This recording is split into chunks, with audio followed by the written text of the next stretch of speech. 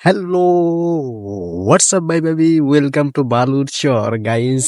আমি এখন বালুর চরে।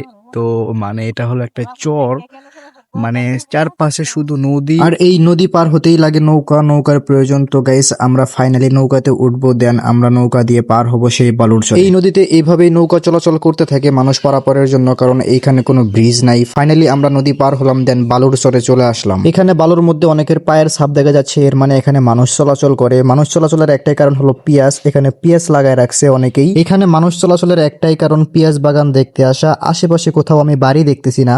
পিয়াজ বাগান দেখা শেষে চলে গেলাম কাশফুল দেখতে, গিয়ে দেখি কাশফুলগুলো নষ্ট হয়ে গেছে। কাশফুলের পাশেই দেখলাম এক ভদ্রলোক গরুকে ঘাস খাওয়াইতেছে। উনাকে জিজ্ঞেস করার পর জানতে পারলাম এগুলা মানুষ কেটে নিয়ে যেয়ে গরুকে খাওয়ায়। আর এই বালুর মধ্যেই মরিচ থেকে শুরু করে পিয়াজ, বাদাম সবকিছুই এখানে চাষ হয়।